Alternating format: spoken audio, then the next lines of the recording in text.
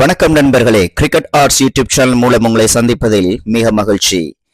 இந்த பதிவு India versus south ஆப்பிரிக்காவுக்கு இடையில் நடைபெற்றுக் கொண்டிருக்கின்ற 4 2020 போட்டிகளை பற்றிதான்.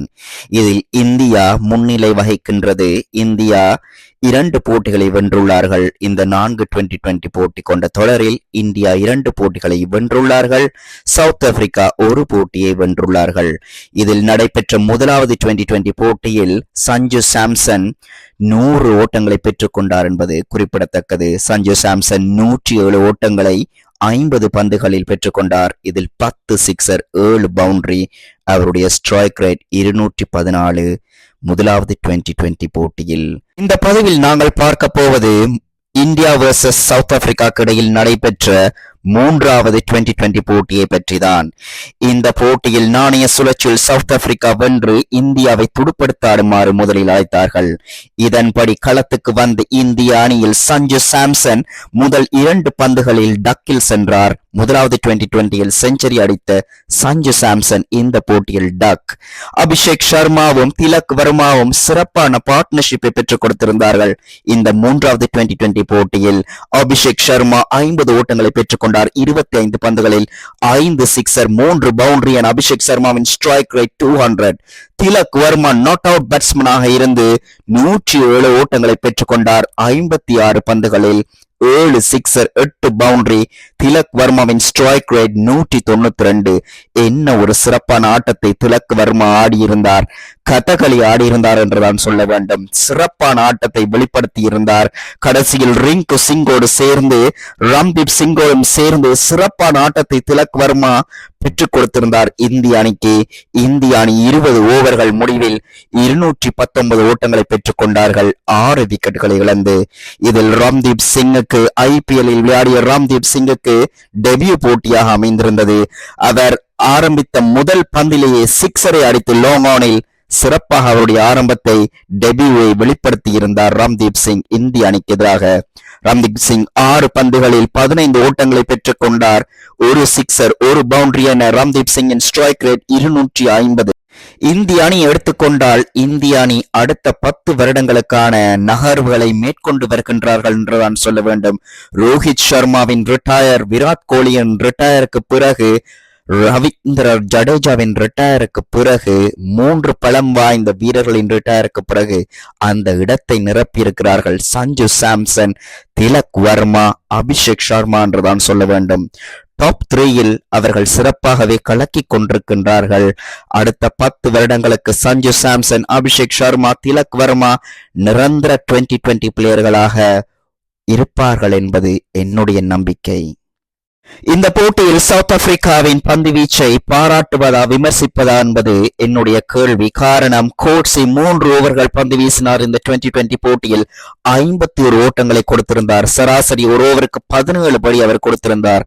குறிப்பாக இந்த 3 ஓவரில் 18 பந்துகளில் கோட்ஸி 7 வைட், 1 நோபாலை வீசியிருந்தார் என்பது குறிப்பிடத்தக்கது.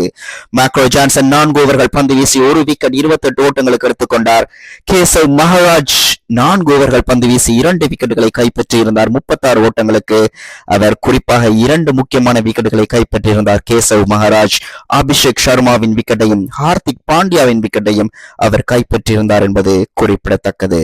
120 பந்துகளில் 220 டார்கெட் என களத்துக்கு துடுப்படுத்தாட வந்த சவுத் ஆப்பிரிக்கா அணி முதலில் துடுப்பாட வந்த ஓபனிங் பேட்ஸ்மேன் ரியானும் ரீசா ஹென்ரிக்கும் சிறப்பான ஆட்டத்தை வெளிப்படுத்தி இருந்தார்கள். சற்று நேரம் என்பதுதான் உண்மை.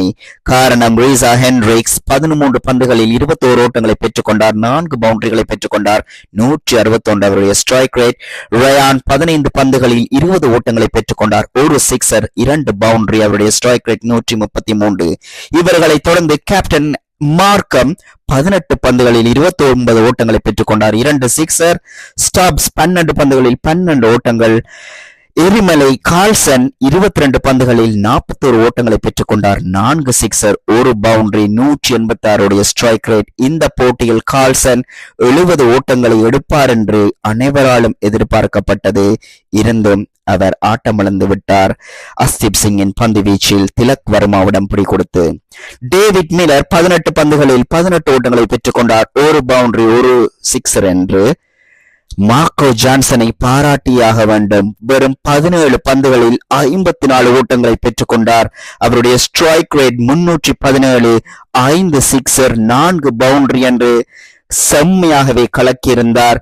மார்க்கோ ஜான்சன் மட்டும் நின்றிருந்தால் இந்த போட்டியை சவுத் ஆப்பிரிக்க அணி இலகுவாக வென்றிருப்பார்கள் என்பதுதான் உண்மை.